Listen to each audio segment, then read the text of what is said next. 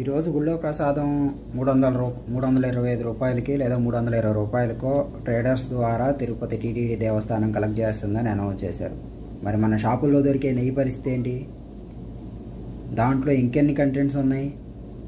సరే, భక్తి, గుడి, దేవాలయం, సాంప్రదాయం, శాస్త్రం ఇవన్నీ చెప్పారు.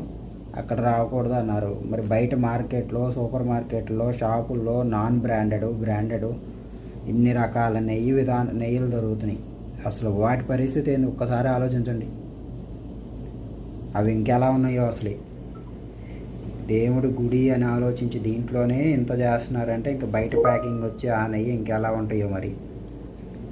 అసలు భయం ఎట్లా అలాంటివి ఉందామంటే ఖచ్చితంగా బయట కూడా చెక్ చేయాల్సిన అవసరం ఎంతైనా ఉంది. ఈ టీటీడీకి 5 ట్రేడర్స్ ఇచ్చారు. దేశం మొత్తం మీద ఇంకెంతమంది ఉన్నారు? ఇంకెంత ఆయిల్ మిక్స్ చేస్తున్నారు మరి?